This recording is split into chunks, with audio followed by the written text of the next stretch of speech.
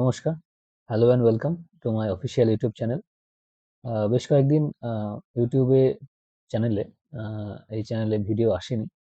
আ একটু ব্যস্ত ছিলাম এবং অন্যান্য অনেক আ কাজে যুক্ত ছিলাম।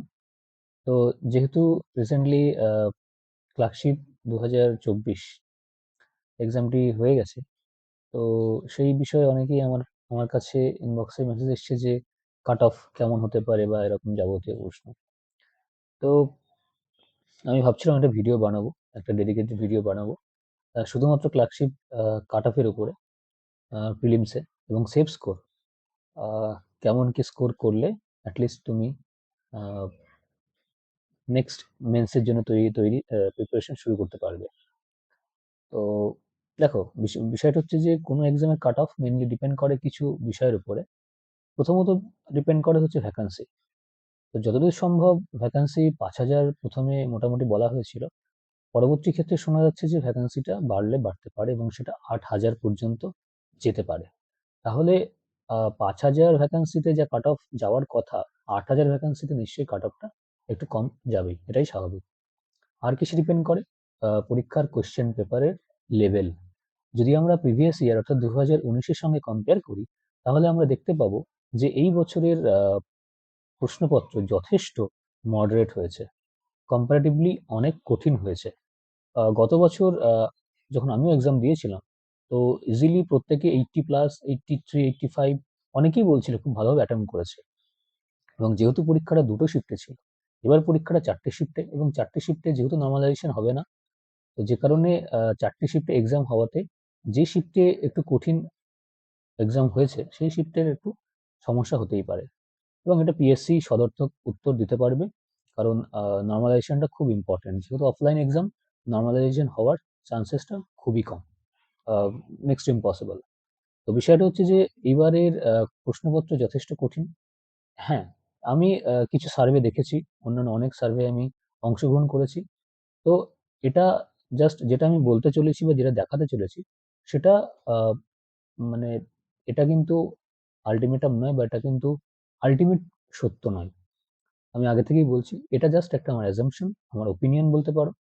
যেহেতু আমি মোটামুটি এই ফিল্ডে অনেক বছর ধরেই রয়েছি, তো একটা এক্সপিরিয়েন্স থেকে আমি তোমাদের সাথে কেমন কি কাট অফ আসতে পারে সেটা আমি শেয়ার করতে চলেছি।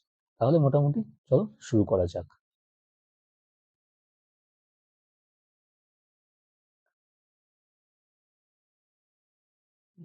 প্রথমেই বললাম তোমাদেরকে, মোটামুটি পরীক্ষার কাট অফ ডিপেন্ড করে কয়েকটা জিনিসের উপরে। এক ভ্যাকান্সি, দুই হচ্ছে পরীক্ষার প্রশ্নপত্রের লেভেল। তো এবার যেহেতু ভ্যাকান্সি আগের বার তোমায় দেখাচ্ছি, ভ্যাকান্সি এই যে ২০১৯-এর ভ্যাকান্সি মোটামুটি ৭,০০০ মতো ভ্যাকান্সি ছিল, ঠিক আছে? ৭,০০০। তো এবার ভ্যাকান্সি ধরে নিলাম ৭,০০০ই আসবে। তো সেক্ষেত্রে প্রশ্ন আর হ্যাঁ, প্রশ্নপত্রের লেভেল, কোশ্চেন লেভেল, সেটা কিন্তু যথেষ্ট টাফ এসছে। গত বছর 85, 90 অনেকেই বলছিল অ্যাটেম্প করেছে, ইভেন 100 অ্যাটেম্প করেছে, শুনেছিলাম। কিন্তু এবার কিন্তু মোর অর লেস এই 70 টু 75 এরকমই হচ্ছে একটা অ্যাভারেজ অ্যাটেম্প্ট। আমি কিন্তু এটা ফাইনাল স্কোর বলছি না, এটা হচ্ছে অ্যাটেম্প্ট 70 টু 75। তবুও খুব যারা ভালো ছেলে মেয়ে তাদের ক্ষেত্রেই এটা বলছি, তারাই বলছে দাদা 70-75 মোটামুটি করে এসেছি। হ্যাঁ, আর জিনিস কি, যে এবার ধরো অ্যাটেম্প্ট আর final merit list, I mean final marks, সেটা তো কখনো সমান হয় না। এবার এখানে ভুল ত্রুটি যাবে। তো অফিসিয়াল অ্যান্সার কি দিলে সেটা আর একটু ভালোভাবে বোঝা যাবে। আর এইবার যদি লাস্ট ইয়ারের কাট অফটা আমরা দেখি, তো সেক্ষেত্রে আমরা দেখতে পাবো যে লাস্ট ইয়ারে ইউআরএ গেছিল 65। এটা কিন্তু বলছি যে মেন্সের জন্য, মানে ডেসক্রিপটিভের জন্য, ঠিক আছে? ডেসক্রিপটিভের জন্য এই কাট অফটা কিন্তু গেছিল, ঠিক আছে? তো 10 গুণ ডাকা হয়েছিল ভ্যাকান্সির। তো সেক্ষেত্রে উম, মোটামুটি হ্যাঁ 10 গুণই ধরো ডাকা হয়েছিল। তো 10 গুণই রাখা হয়েছিল ডেসক্রিপটিভের জন্য। সেক্ষেত্রেই কাট অফটা এসেছিল। আর ফাইনাল কাট অফ আমরা দেখেছি যে মেন্স, মেন্স যোগ করে তারপরে ফাইনাল কাট অফ এসেছিল। আর এইবার সেক্ষেত্রে ওবিসি এ গেছিল 43, ওবিসি বি 56.33, এসসি গেছিল 48.67 আর এসটি গেছিল 29.67। তো এই এই ছিল গতবারের কাট অফের একটা আহ, গতবারের কাট অফ। এবার সেখানে কোশ্চেন পেপার যথেষ্ট ইজি ছিল। নাম্বার অফ ক্যান্ডিডেটস যারা ফর্ম ফিল আপ করেছিল, পরীক্ষা মোটামুটি অ্যাটেন্ডেন্স ওই 50%ই থাকে। এটাই মোটামুটি সব জায়গাতেই তাই থাকে। যত পরীক্ষা হয়, সেটা এসএসসিরই হোক, সেটা অন্যান্য এক্সামেরই হোক না কেন, অ্যাটেন্ডেন্স মোটামুটি 50%ই থাকে। ঠিক আছে? তো হয়তো প্রায় 6-7 লাখ বা অ্যাটলিস্ট 10 লাখ হয়তো অ্যাপ্লাই করেছিল, তার মধ্যে পরীক্ষা দিতে এসেছে অনলি 5 লাখ। তো এরকম ব্যাপার আর কি। তো সবাই তো খুব ভালো প্রিপারেশন ছিল তা তো নয়। মেনলি প্রথম 1 লাখের মধ্যেই কম্পিটিশনটা হয়। বাদ বাকিরা ওই জাস্ট পরীক্ষা দিতে হয় তাই দিতে যায়, ফর্ম ফিল আপ করেছে বলে দিতে যায়, এরকম এভাবেই জিনিসটা হয়। তো এই ছিল হচ্ছে গতবারের সিনারিও। ঠিক আছে? তো এইবার আমরা যদি এই বছরটা দেখি, এই বছর আমি প্রথমেই বললাম ভ্যাকান্সি একটা 5,000 শোনা যাচ্ছিল প্রথমে, 5,000, কিন্তু পরবর্তী ক্ষেত্রে শোনা যাচ্ছে যেটা বাড়তে পারে 8,000। এবং আমাদের যে পিএসসির একজন আধিকারিক ছিলেন, নীলাদ্রি স্যার, উনি ওনার ইউটিউব চ্যানেলে খুব সম্ভবত কোনো কমেন্ট করেছিলেন, যে সেখানে উনি বলেছেন যে ভ্যাকান্সি 8,000 হতে পারে এবং এটি হওয়ার সম্ভাবনা যথেষ্ট।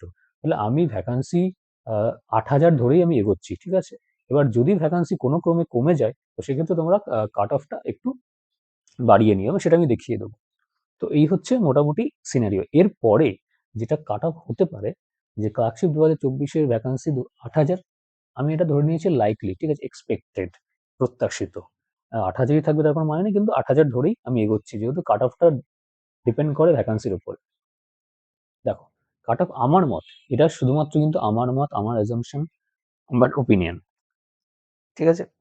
এইবার এখানে কি কি বলেছি আমি, যে ইউআর এর কাট অফ বলছি 50 to 55, 45 থেকে 50 হচ্ছে ওবিসি। আমি ওবিসিটা পুরোটাই ধরলাম, ওবিসি এ বি ধরছি না। মোটামুটি 45 থেকে 50 আমি এটা এ বি ধরেই বলছি। এসসির বলছি 40 থেকে 45, আর এসটির বলছি 27 থেকে 32। ঠিক আছে? এইবার আহ, আমার মতে এটা হচ্ছে মোটামুটি একটা কাট অফ।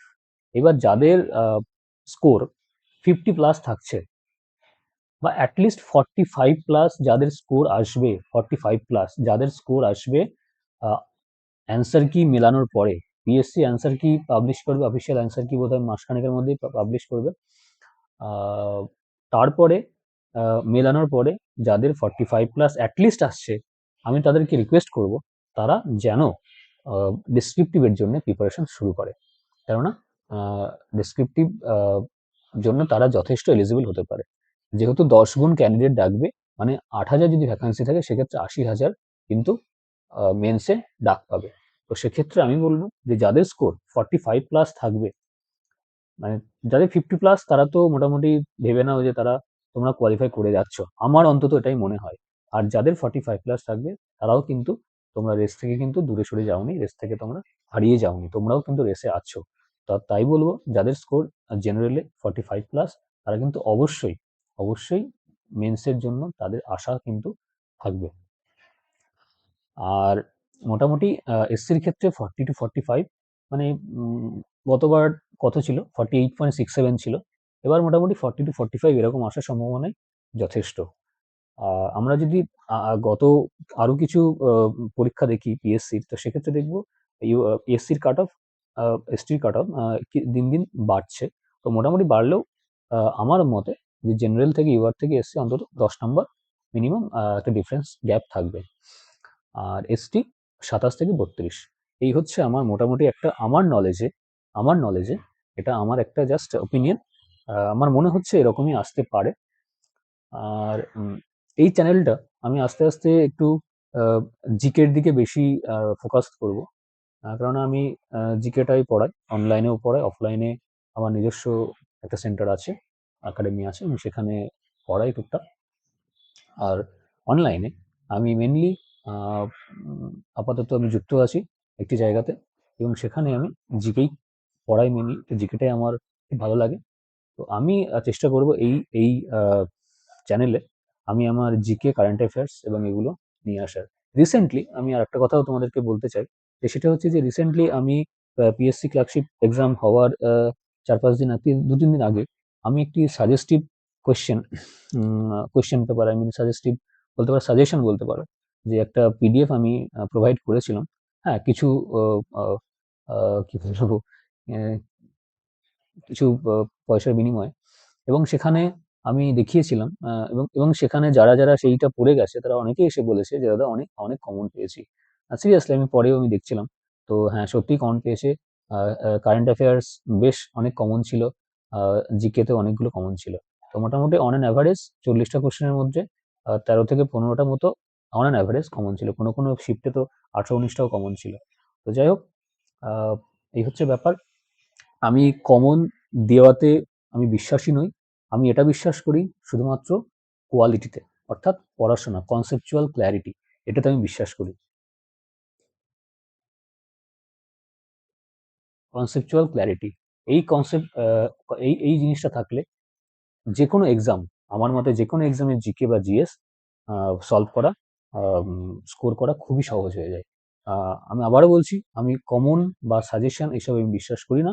আমি জাস্ট সেদিন আমার কি মনে হয়েছিল, আমি ভেবেছিলাম যে 2-3 দিন বাকি আছে, সবাইকে একটু দিই, অন্তত তারা কিছু, যারা একদমই কিছু পড়েনি তারা যদি কিছু পড়ে যায়, অন্তত তারা কিছু করতে পারবে। তো এই হচ্ছে ব্যাপার। আহ, তোমাদের এটাই। আজকে তাহলে এই পর্যন্তই থাকলো। নেক্সট আমি যখন ভিডিও আনবো, তো সেক্ষেত্রে আমি কিছু জিএস এর টপিক ধরে ধরে আমি আলোচনা করব তোমাদের সুবিধার্থে। আর আহ, আমি যা যা ইম্পর্টেন্ট লিঙ্ক আমি ডিসক্রিপশন বক্সে দিয়ে দেবো, তোমরা দেখে নিও। চলো তাহলে, আহ, তাহলে আজকে এই পর্যন্তই। আবার দেখা হচ্ছে নেক্সট ভিডিওতে। ততক্ষণে জয় হিন্দ।